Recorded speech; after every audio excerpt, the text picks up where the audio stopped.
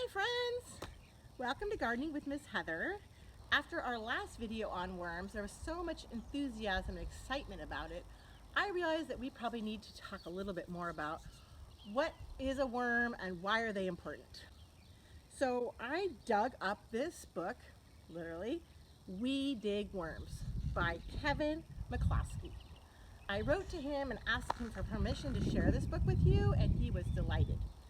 He even sent me a video of his wife doing a fun experiment with worms that I will share with you at the end of this video.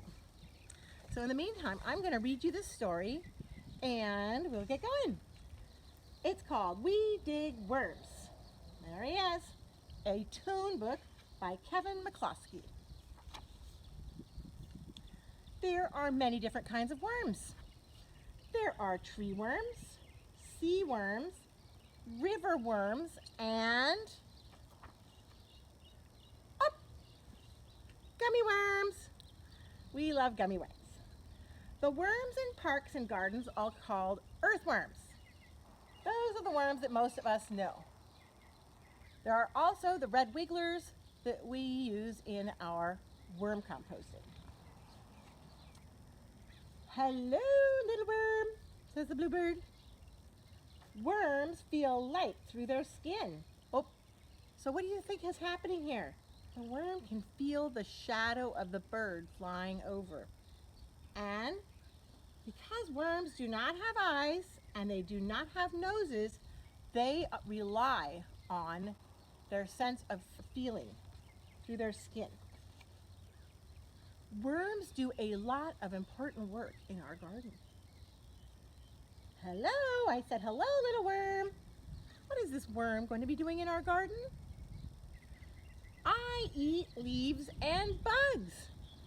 So the dead leaves that fall on the ground and the dead bugs, that's what our worms eat.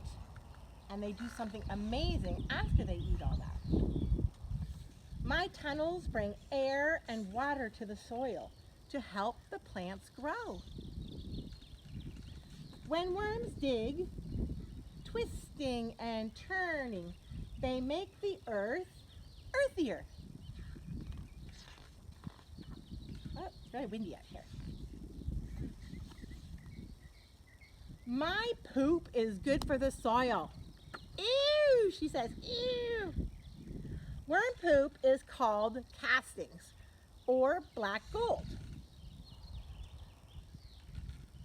Worms are so cool. Ew, maybe to you, not to me.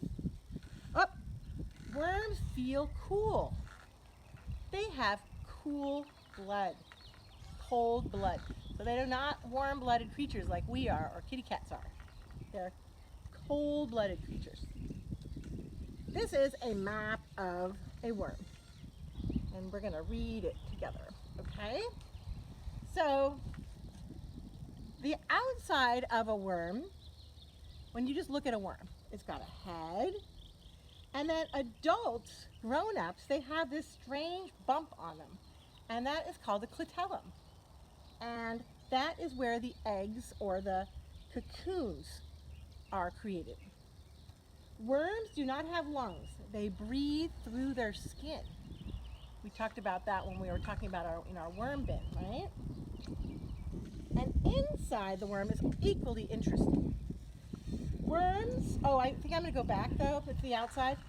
On the outside of the worm are little teeny hairs or little bristles, and they're called setae, and they help the worm move along through the soil.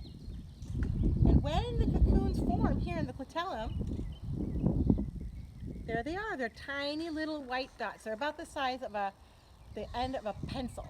I will show you a picture of them one more time so you can see what they look like. And the inside of a worm is very interesting. They have a teeny, teeny little brain.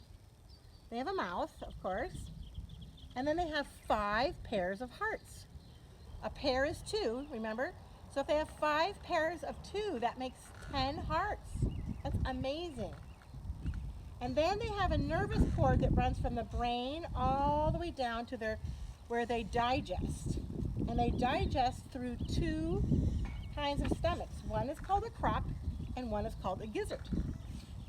And then they have blood vessels running through from their lungs and their heart all the way through. And from their digestive system, they have the intestine, just like almost all animals have. And that's where the poop comes out of the anus. So that is the inside of a worm. Pretty interesting stuff. I always like the fact that they have 10 hearts. Makes me just love them. Okay, next page. And then he's like, Mr. Worm, why do you come out after the rain? Have you ever noticed that after the rain you see lots of worms on the ground? Well, that's what we're asking. It's easier to wiggle when it's wet. That makes sense, right?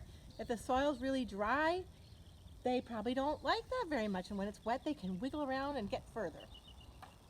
Worms move and breathe better when it is wet or damp. Excuse me, Mr. Worm. Do you have a really big family? Oh yes. One worm can have 100 babies. That is a lot. That's a lot. They're not really babies though, right? They drop their little eggs in the cocoons. Oh, there's a little bluebird. Yum, yum, yum. Here they are. They're keeping track, trying to count the worms on their sketchbooks and their workbooks. How many worms live in our garden? Millions and millions and millions and millions and millions of worms. Over 1 million worms can live in a small park. Look at that. Oh, here's a bunch of reporters. How big is the biggest worm in the world? Look at that. That's a big worm. That's a really long worm. Well, it's called the Australian Gippsland worm, and it grows to 10 feet long, which is about as tall as an elephant. Wow. I'm going to try to find a picture of that for you so you can see that amazing worm.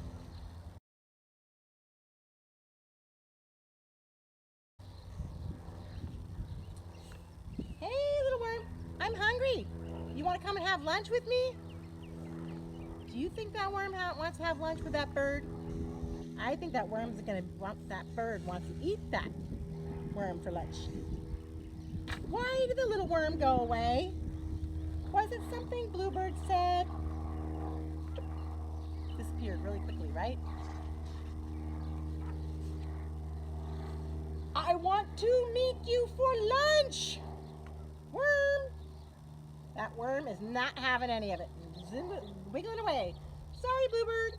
I have important work to do.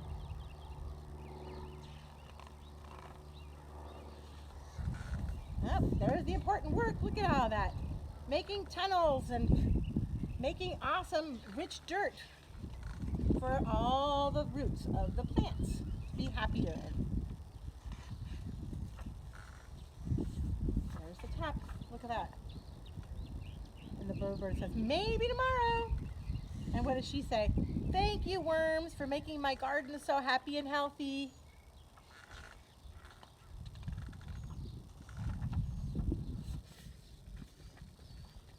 And where the worm goes, zip, the end. So that was our little book. We Dig Worms. We love this book. Kevin McCloskey is a teacher and illustrator in a town called Kutztown at the University of Pennsylvania. He painted all of these pictures on recycled grocery bags. That's why it's all this sort of brown color. And because he believes in recycling just like worms do. So I will share you a couple of videos with you at the end of this, and I want to thank you for gardening with me. Take care. Happy worming.